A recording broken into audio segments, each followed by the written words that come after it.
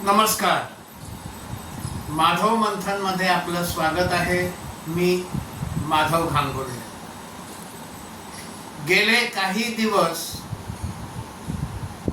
नवीन शैक्षणिक धोरण जे आलेलं आहे NEP आणि त्याच्यामध्ये विशेषतः महाराष्ट्रामध्ये हिंदी भाषेचा विषय जो आलेला आहे, एकतर तो संदर्भहीन पद्धतीनं आम्हाला हिंदी नको अशी ओरड सुरू आहे. दुसरी ओरड लगेच त्याच्याबरोबर येते की आम्हाला परप्रांतीय नकोत. काही दिवसापूर्वी समाज माध्यमांवर एक पोस्ट वाचण्यात आली. महाराष्ट्रामध्ये विविध ठिकाणी परप्रांतीय लोक मराठी भाषिकांच्यावर आधिपत्य गाजवण्याचं षडयंत्र करतायत म्हणे. षडयंत्र असा शब्द आहे त्या पोस्टमध्ये. मग खरंच या परप्रांतीयांना घालवायचं आहे, त्यांचं षडयंत्र विफल करायचं आहे. साधा सोपा उपाय आहे. कुठेही हिंसाचाराची गरज नाही, मारामारीचे व्हिडिओज टाकण्याची गरज नाही. साधा सोपा उपाय आहे. मराठी माणसानं तो केला पाहिजे. आपले अनेक मराठी लोक त्यांची गावाकडे शेती आहे, बागायती आहे. मग कोणाच्या आंब्याच्या बागा आहेत, कोणाच्या पोफळीच्या नारळाच्या बागा आहेत, कोणाच्या काजूच्या बागा आहेत, काही लोकांची भात शेती आहे, काही लोक भाजी त्याचं उत्पन्न काढतात, भाजीची शेती आहे. पण यातली बरीच मंडळी, सगळीच नाही, बरीच मंडळी ही आपली ही आंब्याची म्हणा, फणसाची म्हणा, नारळाची म्हणा, सुपारीची म्हणा बाग जी आहे ही कुठल्या तरी परप्रांतीयाला चालवायला देतात की तू चालव, त्याच्याशी करार करतात. या बागेतलं उत्पन्न तू घे, बागेची देखभाल कर, बागेचा मालक मी, मेहनत तू घे आणि जेवढे ठरलेले आहे तेवढं देणं घेणं मला पैसे दे. मग हा परप्रांतीय काय करतो, त्याला जर नारळाची बाग दिली असेल तर तो तिकडचे नारळ उतरवतो. नारियल पाणी तो मुंबईमध्ये त्याचाच कोणीतरी एक संबंधित परप्रांतीयच तो नारियल पाणी मुंबईत ठिकठिकाणी विकतो आणि एका मराठी भाषिकाच्या नारळाच्या बागेतलं नारियल पाणी आम्ही मराठी माणसं त्याच्याकडनं कुठेतरी चौपाटीला गेलो, कुठल्या तरी अन्य ठिकाणी फिरायला गेलो की तेच नारियल पाणी आम्ही एका परप्रांतीयाकडनं विकत घेतो. ही स्थिती सुपारी आंब्याची आहे. मग आम्ही आंब्याची बाग कोणातरी परप्रांतीयाला सांगतो, बघ बाबा, मग तिथे तो आंब्याचं उत्पन्न आमच्या बागेत काढतो, मराठी माणसाच्या. तो ते आंबे आपल्याला इथे त्याचा दुसरा कोणीतरी एक परप्रांतीय भाऊबंद तो मुंबईत ते आंबे विकतो, पुण्यात ते आंबे विकतो आणि मराठी माणसाच्या बागेतले आंबे मुंबईतला मराठी माणूस एका परप्रांतीयाच्या हातनं विकत घेतो. मग ही जी बाग आम्ही चालवायला दिलेली आहे ती त्याच्या हातनं काढून घेतली पाहिजे. आमच्या बागा आम्ही स्वतः सांभाळल्या पाहिजेत.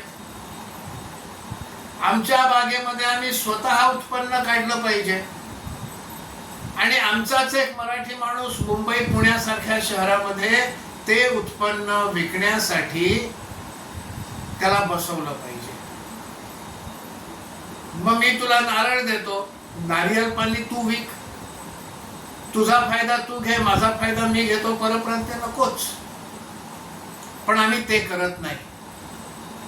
आमचा हा मराठी माणूस परप्रांतीयाला आपली नारळाची बाग चालवायला देतो, तो त्याचाच एक भाऊबंद मुंबई पुण्यात बसवतो, नारियल पाणी विकतो आणि मराठी माणूस हा मुंबई पुण्याकडे किंवा अन्य कुठल्या तरी मोठ्या शहरामध्ये लठ्ठ पगाराची नोकरी करतो.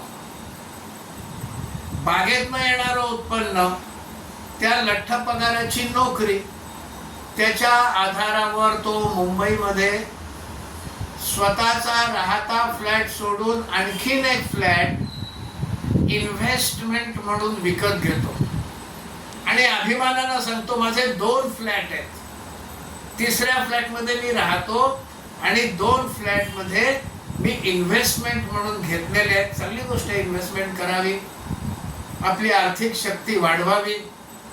पण मग त्या इन्व्हेस्टमेंट म्हणून घेतलेल्या फ्लॅटमध्ये आम्ही एक परप्रांतीय भाडेकरू ठेवतो का? मग मराठी माणूस मिळत नाही का? नाही मिळत आहे, कारण त्यांनी सुद्धा कुठेतरी इन्व्हेस्टमेंट म्हणून फ्लॅट घेतलेले आहेत, किंवा आम्ही जे भाडं मागतो ते तो देऊ शकत नाही. मग परप्रांतीयाला आम्ही देतो. आहेत मराठी माणसं मराठी माणसांना देणारी आहेत, नाही असं नाही, पण मग परप्रांतीयाला का देतात? मग तो तिथे भाड्याने राहतो, त्या भाड्याचे पैसे आम्हाला मिळतात, त्यातनं मी आमचा बँकेचा हप्ता भरतो.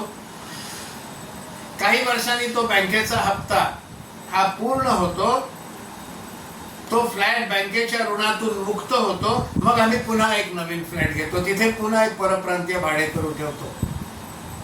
म्हणजे गावाकडची आमची बाग आम्ही चालवायला परप्रांतीयाला देणार, त्यातलं उत्पन्न एक परप्रांतीय मुंबई पुण्यासारख्या ठिकाणी विकणार, आम्ही मात्र लठ्ठ पगाराची नोकरी घेणार, आमचे फ्लॅट्स वाढवणार, तिथे परप्रांतीयाला भाडेकरू म्हणून ठेवणार. हे सगळं बंद करता येणार नाही आम्हाला. दुकानाचा मालक मराठी माणूस, तिथे भाडेकरू परप्रांतीय. मग हा परप्रांतीय दुकानदार काय करतो? तो मराठी मुलांना नोकरीला नाही ठेवत, तो त्याच्या गावातनं दुकानामध्ये काम करायला मुलांना घेऊन येतो. तिथे गावाकडे त्याचा एक लेबर कॉन्ट्रॅक्टर आहे आणि मग तो लेबर कॉन्ट्रॅक्टर त्याच्यासाठी दुकानामध्ये काम करणारे, त्याला काय 1, 2, 3, 4 मुलं लागतील तेवढी पुरवतो. तो मराठी माणसांना नाही ठेवत, कारण त्याचा विश्वास नाही. पण मुळामध्ये आम्ही त्या परप्रांतीयाला आपलं दुकान कशाला दिलं भाड्याने? एखाद्या मराठी माणसाला का नाही दिलं याचा विचार करावा लागेल. पण हे आम्ही करतो. परप्रांतीयांचे उद्योग आम्हाला नको आहेत ना, मग परप्रांतीय मालकाच्या कंपनीत आम्ही नोकरी करणार नाही. त्यापेक्षा आम्ही गावाकडे जाऊ, आमच्या गावातली शेती, आमच्या गावातली नारळी पोफळीची आंब्याची बाग, संत्र्याची बाग, पेरूची बाग, द्राक्षाची अंजिराची बाग आम्ही स्वतः सांभाळू.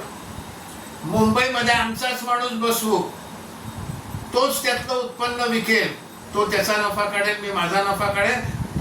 परप्रांतीयाला स्थान नाही आहे. हे सगळं करायची तयारी, पण ते आम्ही करत नाही. आम्ही परप्रांतीयांना शिव्या देतो, पण त्याच्याच कंपनीत नोकरी करतो. मग तो आम्हाला जेवढा पगार देतो त्याच्या कितीतरी पटीने तो नफा काढतो. आहे तयारी, परप्रांतीयाच्या कंपनीत नोकरी करणार नाही, गावाकडे जाईल, गावाची माझी बाग मी स्वतः सांभाळेन, माझ्या मालाची विक्री करायला मराठी माणूस एक मुंबईमध्ये माझ्याच गावचा कोणीतरी ठेवेन किंवा दुसरा मराठी माणूस ठेवेन. हे करायची खरंच मराठी माणसाची तयारी आहे का? आमच्या घरी अलीकडे अनेक प्रकारची उपकरणं असतात. मग वॉशिंग मशीन असतं, रेफ्रिजरेटर असतो, मायक्रोवेव्ह असतो, डिशवॉशर असतो. मग तो कधीतरी बिघडतो, नादुरुस्त होतो, उपकरण आहे ते. मग ते उपकरण दुरुस्त करायला मी मराठीच मुलगा बोलवेन. जोपर्यंत मराठी मुलगा येत नाही तोपर्यंत ते उपकरण दुरुस्त सुद्धा करणार नाही किंवा स्वतः त्याची दुरुस्ती शिकेल. पण परप्रांतीय मेकॅनिकला नाही बोलावणार. बघा, ठरवता येत आहे का? बोलणं सोपं आहे, ठरवता येत आहे का? बघा, हे करून पाहावं लागेल. छोटे छोटे विषय आहेत. पण ते करावे लागते. हे जर नाही केलं, खरं तर सोपं आहे, कुठेही हिंसाचार करायची गरज नाही, जाळपोळ करायची गरज नाही, मारामाऱ्या करायची गरज नाही, लूटपाट करायची गरज नाही.